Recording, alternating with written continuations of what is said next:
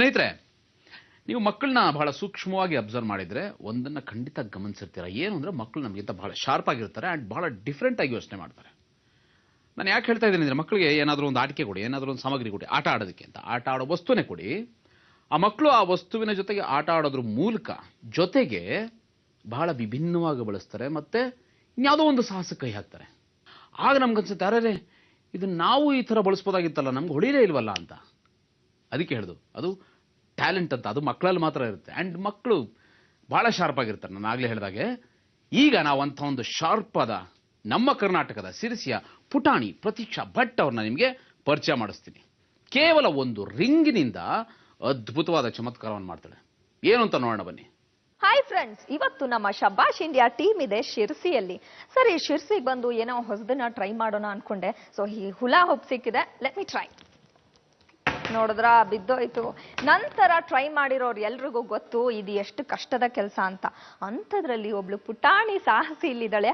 ಅವಳು ಸೊಂಟದ ಮೇಲೆ ಗಂಟೆಗಟ್ಟಲೆ ಹುಲಾ ಹೂಪ್ಸ್ ತಿರುಗಿಸ್ತಾನೆ ಇರ್ತಾಳೆ. ಸೊಂಟದ ಮೇಲೆ ಅಷ್ಟೇ ಅಲ್ಲ, ನೆಕ್ ಮೇಲೆ ಹಾಗೆ ನೀ ಸಪೋರ್ಟ್ ಇಂದ ತಿರುಗಿಸ್ತಾ ಇರ್ತಾಳೆ.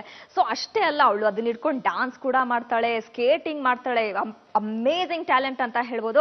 ಸೊ ಇವಳ ಚಂದದ ಪರ್ಫಾರ್ಮೆನ್ಸ್ ಹೇಗಿರುತ್ತೆ ಅಂತ ತಿಳ್ಕೊಳ್ಳೋಣ. ಆದ್ರೆ ಅದಕ್ಕೆ ಮುಂಚೆ ಅವಳನ್ನ ಭೇಟಿ ಆಗೋಣ first. Hi Pratiksha. Hi, how you baby? I am fine. Okay, ತುಂಬಾ ಚೆನ್ನಾಗಿದ್ಯಾ. ಹಾಗೆ ಈ ಹುಲಾ ಹೂಪ್ಸ್ ಜೊತೆ ಏನ್ ಮಾಡ್ಬೇಕಂತಿದ್ಯಾ ಇವತ್ತು? ಡಾನ್ಸ್ ಮಾಡ್ಬೇಕಂತಿದ್ಯಾ? ಓಕೆ, ಹುಲಾ ಹೂಪ್ಸ್ ನ ಹಂಗೆ ಆಡ್ಸೋದೇ ಎಷ್ಟು ಕಷ್ಟ. ನಾನು ಟ್ರೈ ಮಾಡಿ ನೋಡ್ದೆ ಆಗ್ಲೇ. ಅಂಥದ್ರಲ್ಲಿ ನೀನ್ ಡಾನ್ಸ್ ಮಾಡ್ತೀಯ ಅದ್ರ ಜೊತೆ ಅಂದ್ರೆ ನಿಜಾಗ್ಲೂ ರಿಯಲಿ ಟ್ಯಾಲೆಂಟೆಡ್. ಹಾಗೆ ಎಷ್ಟು ವರ್ಷದಿಂದ ಪ್ರಾಕ್ಟೀಸ್ ಮಾಡ್ತಿದ್ಯಾ? 2 years. 2 years ಇಂದ ಪ್ರಾಕ್ಟೀಸ್ ಮಾಡ್ತಿದ್ಯಾ? ಹಂಗಾರೆ ಫುಲ್ ಅಂದ್ರೆ ಪಂಟಿ ಆಗ್ಬಿಟ್ಟಿದ್ಯಾ ನೀನ್ ಇದ್ರಲ್ಲಿ. ಓಕೆ ದೆನ್, ಸೊ ರೆಡಿನಾ ನೀನು? Okay then, go for it.